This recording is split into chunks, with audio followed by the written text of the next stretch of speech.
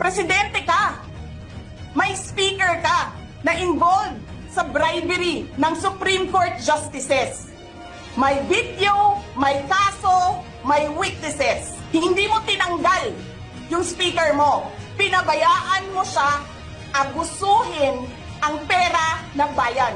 Paikot-ikot sa buong bansa, namimigay ng pera na para bang kanya.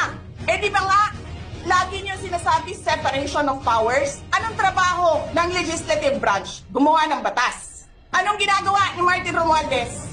Nagdidirect ng DSWD, namimigay ng ayuda, nagsasabi kung anong bibigay, anong ibibigay, anong gagawin, sino ba ang presidente dito? Alam nyo, alam namin, mali ang ginagawa ninyo. Sinabihan ko lang mga kasama ko sa Office of the Vice President, pasensya na, sumunod na lang tayo para matapos